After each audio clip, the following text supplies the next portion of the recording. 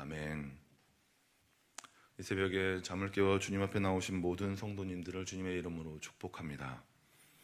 오늘은 애굽의 9번째 재앙이 임한 것에 대한 이야기입니다.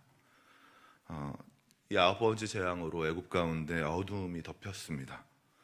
이런 어두움이 애굽을 덮었을 때 애굽에 거주하는 사람들의 마음은 어땠을까요? 지금까지 8번의 재앙을 경험했습니다. 피가 나일강을 덮고 개구리떼가 집안 구석구석에서 올라옵니다. 이가 애굽 땅을 덮음으로 가축들이 상하는 모습을 보면서 마음이 상하기 시작했을 것입니다. 같이 상하기 시작했을 것입니다. 그리고 또한 보통 일이 아님을 알 수 있었을 것입니다. 그런데 거기에 바로의 요술사들이 이것이 하나님께서 하신 것 같다라고 말한 것을 들으면서 그들은 두렵기 시작했을 것입니다.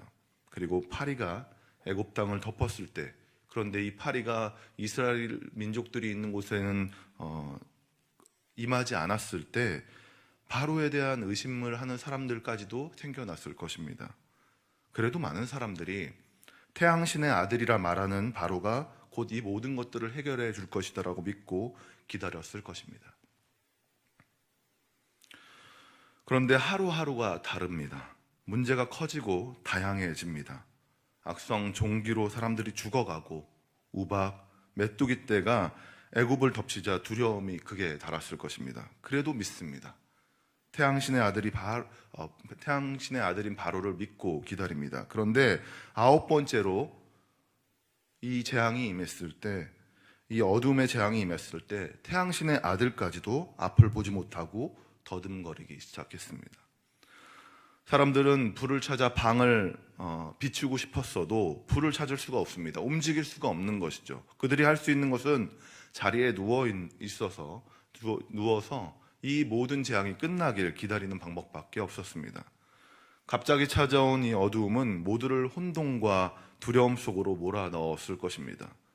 지금 이 같은 상황이 우리 가운데 만약에 임했다라고 생각해 보십시오. 당연히 우리야 어두워지면 기도하는 습관이 있기 때문에 새벽 예배 드리신 분들 정도면 바로 어두워지면 기도하실 것 같아요. 하지만 진짜 우리의 삶에 죄악으로 인한 이 어두움이 임하게 되면 우리는 여러 가지 생각으로 두려워 떨 것이라 생각이 듭니다. 지금 그런 어려움과 두려움으로 힘들어하고 있는 애굽 사람들에게 진짜 필요한 것이 무엇입니까? 바로 빛입니다. 약간의 빛이라도 좋으니까 그 약간의 그 빛이 비춰서 사물을 분간하고 사람들과 만나서 지금 상황을 이야기하면서 어떻게 하면 대책을 마련할 수 있을지 이야기라도 나누고 싶었을 것입니다. 그렇기에 바로 또한 흑암 속에서 빛을 비추고자 문제를 해결해 줄 수 있는 모세를 불러드리는 것입니다. 바로는 이 일을 해결할 수 있는 방법을 정확하게 알고 있었습니다. 모세와 협상할 때 모세가 원하는 대로 해주면 흑암이 끝나게 될 것을 알고 있었다는 것입니다. 그렇게 모세를 불렀어요. 하지만 바로는 이 상황 가운데서도 자신의 욕심을 생각합니다. 24절 보니까 바로가 모세를 불러 이르되 너희는 가서 여호와를 섬기되 너희의 양과 소는 머물러 두고 너희 어린 것들은 너희와 함께 갈지니라. 여호와를 섬기러 가든 좋지만 양과 소는 두고 가라는 것입니다. 다시 돌아올 명분을 만든 것이죠. 자신의 욕심을 위해서 문제 해결 방법을 바꾼 것입니다. 하지만 모세는 단호했습니다. 하나님의 뜻을 따라 모든 것을 데리고 가려고 하는 것이죠. 바로 또한 단호했습니다. 그렇기 때문에 협상이 결렬됩니다.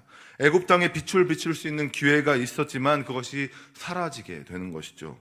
한 지도자의 잘못으로 이 모든 빛을 비출 수 있는 상황이 사라지게 됐다는 것입니다. 이로 인해 애굽에 거주하는 자들은 하나님께서 계획한 그 기한 동안 어둠이 지속되면서 두려움 가운데 살아갈 수밖에 없게 된 것입니다.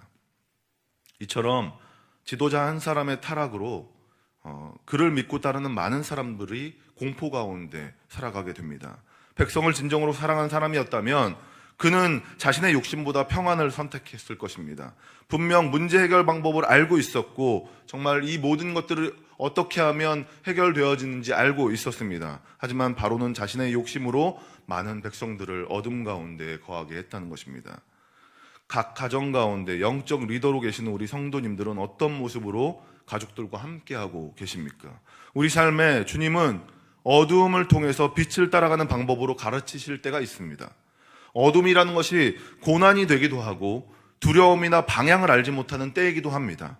이런 어둠이 찾아왔을 때 영적 리더이자 가장인 우리가 바른 길을 선택해야 가정 안에 모두가 빛을 따라서 갈 수 있게 된다는 것입니다. 자신의 욕심으로 바른 길을 선택하지 못하면 애굽 백성들과 같이 두려움으로 움직이지도 못하는 그래서 떨게 되어지는 그런 일들이 가정 가운데 있게 된다는 것입니다. 성경을 보다 보면 어둠이 찾아왔을 때 바른 길을 선택함으로 빛을 보게 된 인물들이 있습니다. 그들의 모습을 보면 우리가 어두움이 우리 가운데 찾아왔을 때 어떻게 해야 되는지 알 수가 있습니다. 대표적인 예로 요나의 모습이 있을 것입니다. 요나는 하나님의 뜻을 따르지 않고 다른 길로 가다가 다른 길을 선택했다가 어둠을 만났습니다. 고래 뱃속에서 3일을 있으면서 그가 했던 행동이 무엇이냐면 바로 부르짖는 것이었습니다. 자신의 잘못을 인정하고 하나님을 높인 것이죠. 우리는 어둠이 찾아오면 부르짖어야 하는 것입니다.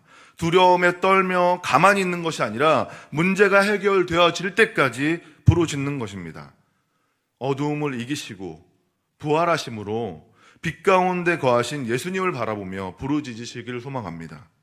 그럴 때 주님은 우리에게 빛을 비추심으로 두려움과 걱정, 고난과 헤매임 속에서 길을 인도해 주실 것입니다. 해가 가장 높이 떠 있을 때 그림자는 작아집니다. 해가 가장 높이 떠 있을 때 어둠이 가장 작아진다는 것입니다. 주님이 우리를 비추시고 인도하시도록 주님을 찾고 부르짖으시는 모든 성도님들이 되시기를 소망합니다. 이 새벽 어둠 가운데 기도하시면서 빛을 보고 그 빛으로 평안을 누리시는 온사랑교회 성도님들이 되시길 주님의 이름으로 축원합니다. 기도하도록 하겠습니다. 사랑하는 하나님, 우리가 어둠 가운데 있습니다. 우리에게 빛을 비추사 우리가 두려움과 어려움, 헤매임에서 벗어나게 하여 주옵소서. 오늘 하루 주님을 따라 빛 가운데 거하는 모든 성도님들이 될 수 있도록 인도하여 주시옵소서. 이 새벽 감사하는 마음을 담아 예물을 드렸습니다. 마음의 고백을 들어주시고 응답하여 주심으로 주님의 신실하심을 우리 가운데 보여주시옵소서.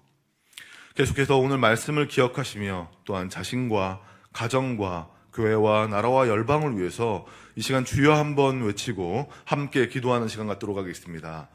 주여